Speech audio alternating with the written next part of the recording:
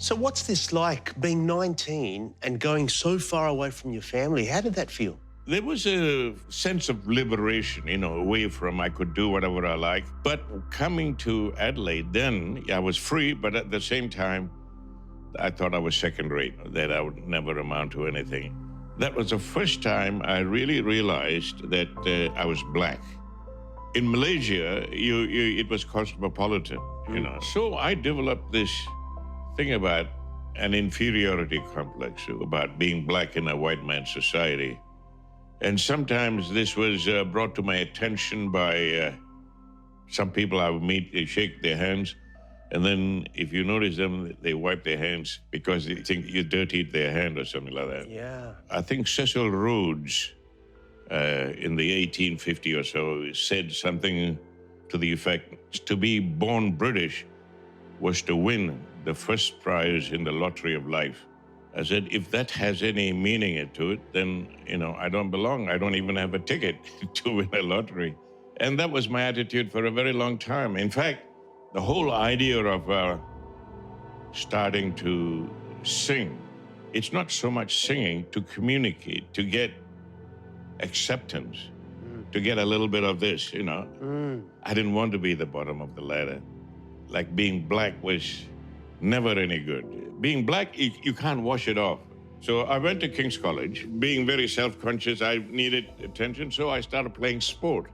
I wasn't a natural sportsman, but I played cricket, I played hockey, badminton. Did you want to be good at sport so that you'd be accepted? I get attention, know. Hopefully from girls as well, but I never met one for the first 5 years. With the sport, it never got me the acknowledgement I had hoped for. I still felt, still very black and inferior. Desperate to fit in, Kamahl struggled through the first year of school in Australia. He then turned his attention to something completely new. I started listening to Western music. Till then, I only listened to Indian music. Sure. That's what my father told me. Eastern music is God's music. White man's music, they write everything, and everything is mechanical, no soul in it. I believed him, You always believe what your father tells you. So I started listening to Western music, and it was very dissonant, It was annoying me, but I listened. And then there was this song that it wasn't the music, it was the words. Always the words first for me, even now. And it touched me.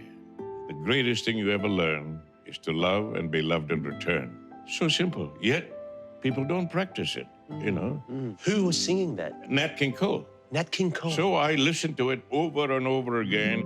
I would go out in the Oval, and put a blanket over my head, and practice, and over again. You practice singing like that? Because I didn't want anybody to hear me. I never sang in the shower.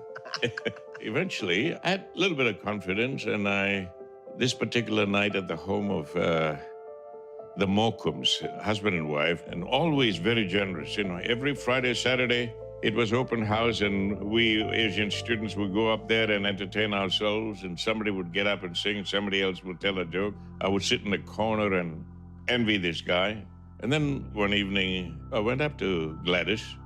I said, "Oh, Mrs. Morecambe, I'd like to sing." And she looked at me and said, "Can you sing?" I said, "I don't know, I'm going to try."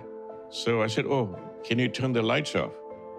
She said, "Why, my dear boy?" I said, "If I do a bad job, nobody would know who was singing." I mean, anything for a little bit of safety. So I finished singing it, Nature Boy, and somebody in the party, "Gee, it sounded a bit like Nat King Cole." And that was all I needed, It was like lighting the fuse, From then on, nobody could stop me. At the drop of a hat, you want to hear the song? You want to hear the song? Yeah. So I still do that now.